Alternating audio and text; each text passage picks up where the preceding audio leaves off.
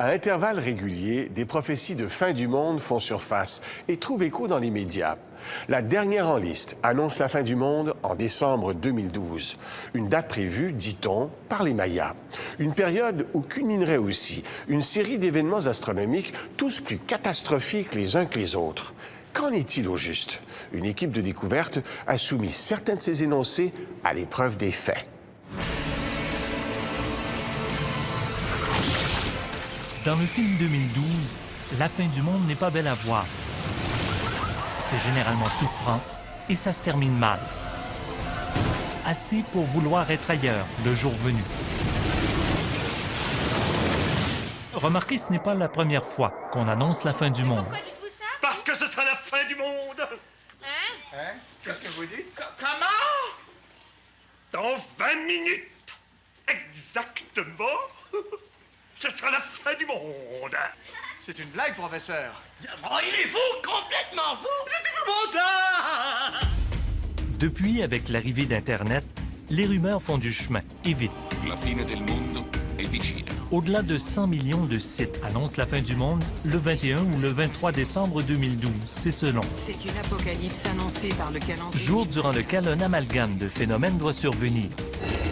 Alignement des planètes, maximum solaire, inversion des pôles, collision avec d'autres astres. Mais au fait, pourquoi en 2012? Le mythe de 2012, c'est un mythe contemporain, en fait. Il est vaguement lié aux Mayas, mais c'est une histoire créée littéralement au milieu des années 70. Le contexte des années 70 est assez particulier. On commence à décoder pour la première fois l'écriture maya. On commence à comprendre leur mythologie un peu mieux.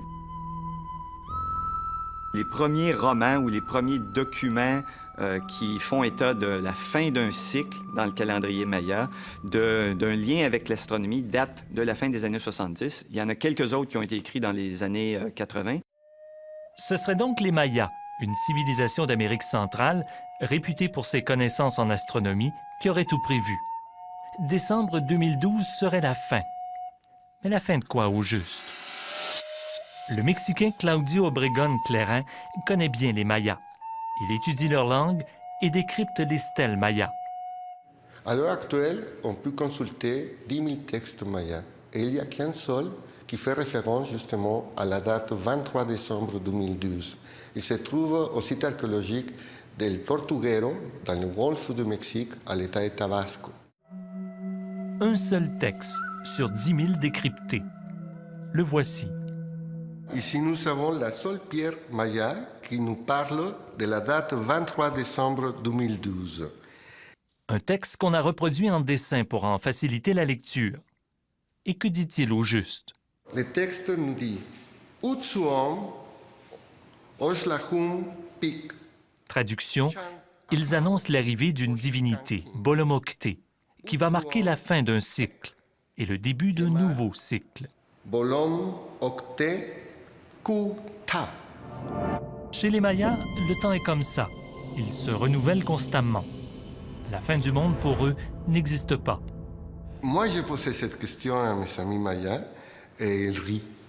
Parce qu'ils savent que dans l'écriture sacrée maya, ils n'ont jamais prévu, c'est censé être la fin du monde.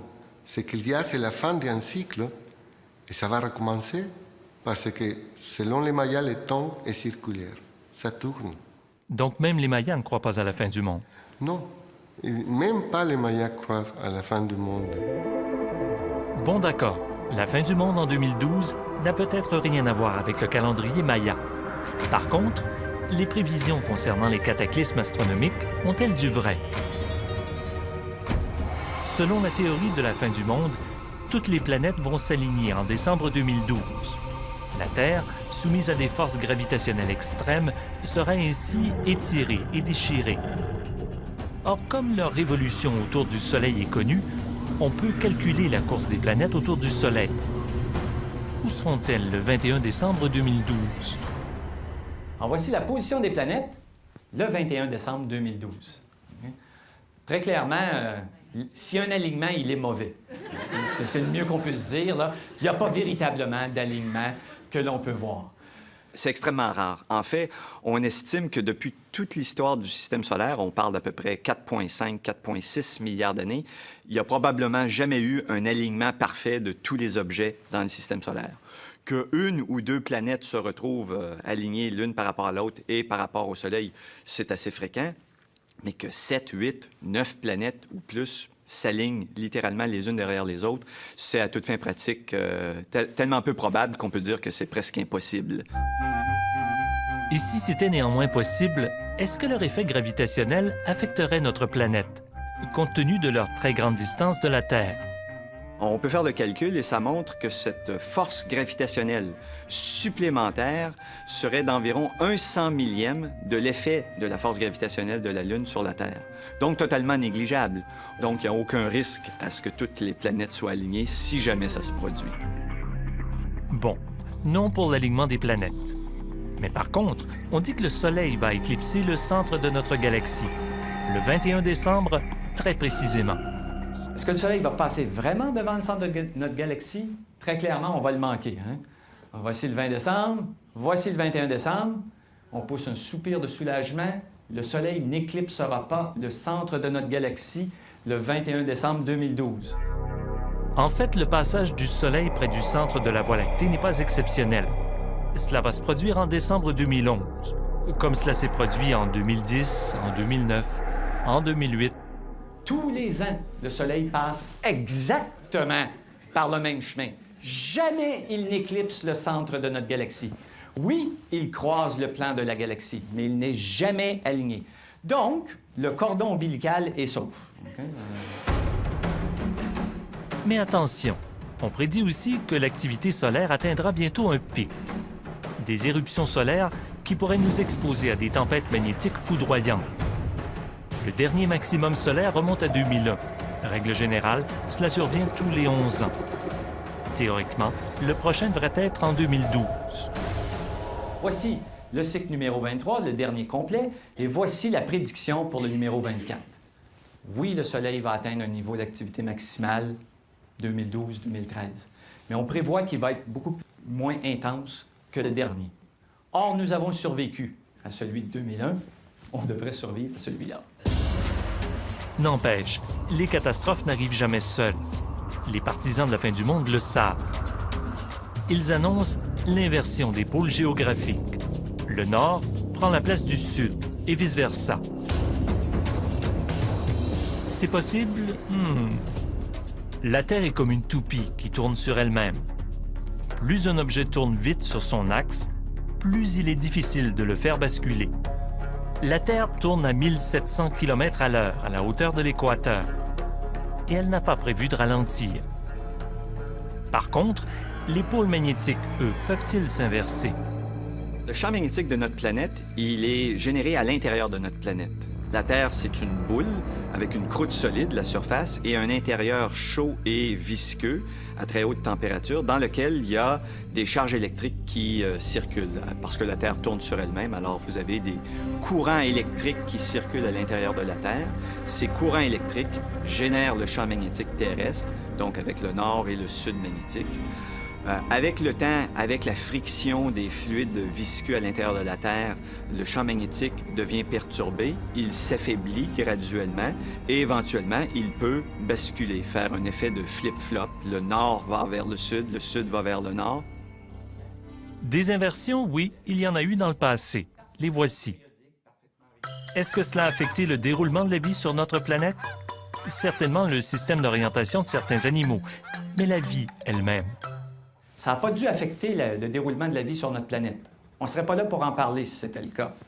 Alors donc, oui, ça peut s'inverser, ça peut arriver, les inversions, ça prend du temps, ça ne se produit pas instantanément en une journée, ça n'arrivera pas le 21 décembre, mais même si ça arrive, probablement pas trop de danger. Enfin, il y a bien une autre menace dans les scénarios de fin du monde dont on ne pourra pas se défiler. Ce serait la collision entre la Terre, un astéroïde ou une autre planète.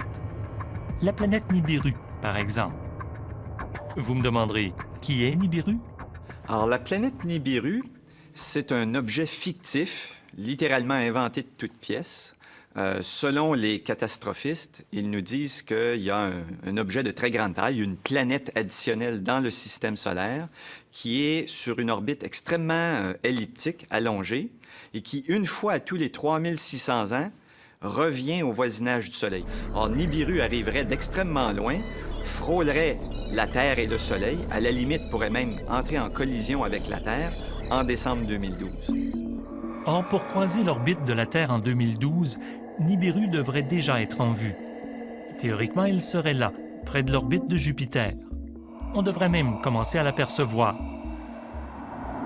Quelqu'un l'aurait dit. Elle est là. OK? Puis je vais vous la montrer. Or, personne ne la voit. Donc, elle ne doit pas être là. De toute évidence, le scénario catastrophe de fin du monde ne colle pas avec le scénario des scientifiques. Mais alors, que se passera-t-il au lendemain du 21 décembre 2012?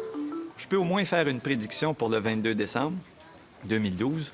Probablement, moi, personnellement, je sais que je serai dans les centres d'achat en train de magasiner les cadeaux de Noël. Claudio Obregon-Clairin doute aussi que la fin du monde soit pour demain. Il n'y aura pas de fin du monde en 2012? Heureusement pas. Le 21 décembre 2012, il n'y aura pas de fin du monde, mais on peut être certain convaincu que le 22 décembre, il va y avoir de nouvelles annonces. La fin du monde sera donc reportée à une date ultérieure pour d'autres motifs.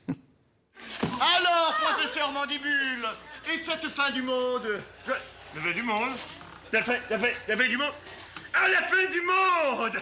Eh bien, je ferai mieux la prochaine fois.